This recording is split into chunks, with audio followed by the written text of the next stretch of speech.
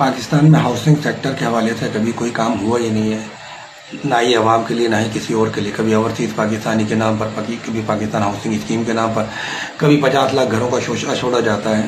مگر کیا ریاست کی ذمہ داری نہیں ہے جو بے گھر لوگ ہیں انہیں گھر دے، انسٹالمنٹ پلان دے، زمین دے، کہیں علاقے آباد کرے؟ یہاں تو کرپشن، قبضہ، یہی چیزیں چلتی رہتی ہیں اور عوام رولتی رہتی ہے. عوام کے لیے کچھ نہیں ہو رہا، کسی بھی حکومت میں نہیں ہوا، نہ ہی عمران خان کا دور، نواز شریف، بے نظیر، نہ ہی موجودہ دور. یہ سب عوام کو ایک نئی ٹرک کی بتی کے پیچھے لگا دیتے ہیں، نیا منصوبہ بنا دیتے ہیں. کہیں 20 گھر بنا دیے، کہیں 40 گھر بنا دیے اور چابیاں تھما دی اور کہا کہ جی ہم نے تو اتنے گھر بنانے ہیں اور اتنے بنا دیے.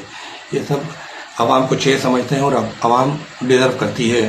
عوام کو بھی پتہ ہے چھ کیا ہوتا ہے اور حکومت کو بھی پتہ ہے. تو مایوب لفظ میں بولنا نہیں چاہتا، تو اس لیے علامت پر گزارا کریں. اور حکومت اگر سنجیدہ ہے کسی بھی حوالے سے کام کرنے کے لیے تو گراؤنڈ پہ آ کر کام کرے، ریسرچ کرے، کوئی R&D ڈپارٹمنٹ ہو جو بتائے کہ ان علاقوں میں گھر بن سکتے ہیں، کس طرح تعمیری لاگت کم ہو سکتی ہے، لو کاسٹ ہاؤسنگ سوسائٹی پہ کام کیوں نہیں ہوتا، 3D پرنٹر کے ذریعے کوئی ایسے گھر کیوں نہیں بنائے جاتے، پورٹیبل گھر کیوں نہیں بنائے جاتے، کنٹینر بیس گھر کیوں نہیں بنائے جاتے، ووڈ بیس گھر کیوں نہیں بنائے جاتے. لوگوں کو تو ایک شیلٹر چاہیے، ایک چھت چاہیے، نہ ہی ان کو 2-2 4-4 کنال کے بنگلے یا کوٹیاں چاہیے.